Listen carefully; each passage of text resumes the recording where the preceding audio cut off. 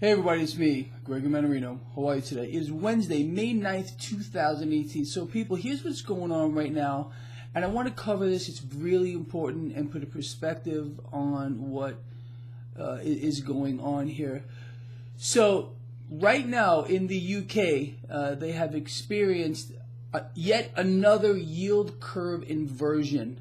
Before I even move forward, the last time this happened was in 2007 in the UK, and the time before that was right at the dot-com bubble. Very similar to what we had here in the United States. Now here in the United States, our yield curve continues to flatten out. The spread now between the 10-year and the 30 is 15 basis points. The 10-year yield, as I am doing this video blog, just crossed over 3%. Now, what I want people to understand is you're going to hear a lot of the same things that we heard the last time this happened in the UK. As a matter of fact, on all of my social networks, I posted an article that came out in 2007, a year prior to the financial meltdown which swept the world, where they were downplaying the UK yield curve inversion, which we have now.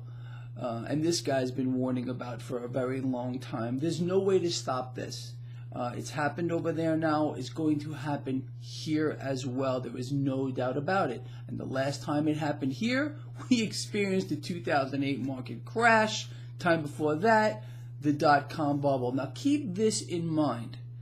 Keep what I'm about to say in mind. Just because we have a yield curve inversion here in the UK and one is coming here in the United States, there's no doubt about it. The Fed cannot alter monetary policy fast enough to prevent an inversion without melting down the stock market. So if history is any guide, the yield curve has proven to be an uncanny indicator of what's coming down the pike. Now, like I was saying earlier, this does not mean that a stock market crash is going to happen tomorrow. I went over this in the past, and I want people to pay attention to this. It very well could happen tomorrow, but if we're using the past as a guide here, we can say that there's a lag time between the inversion and when everything else follows. Now, in this environment, this is unique.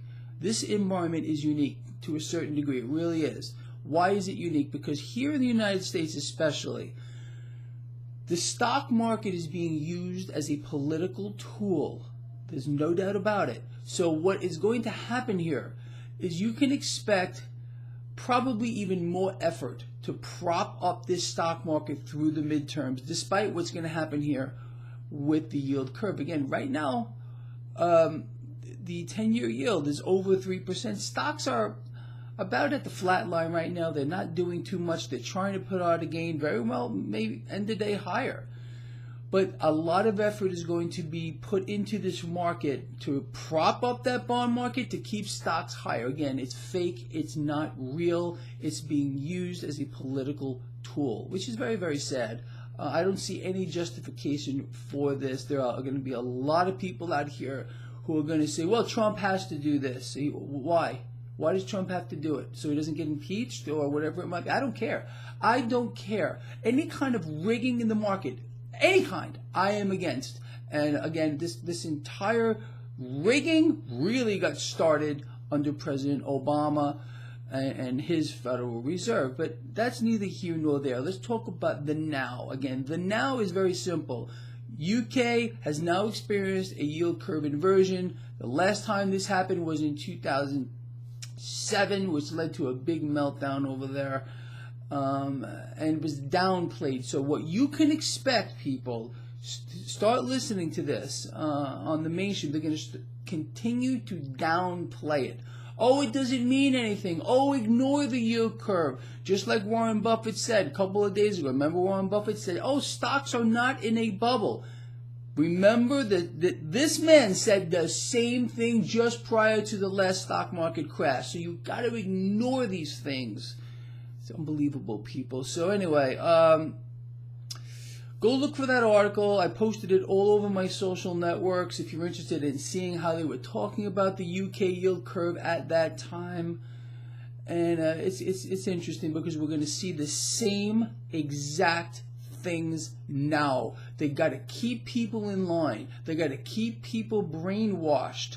And it's very simple for them to do. Most people, honestly, and I hate to have to say this, cannot walk and chew gum at the same time. They are unable to think for themselves. So whatever they see on the TV is the truth. You got it?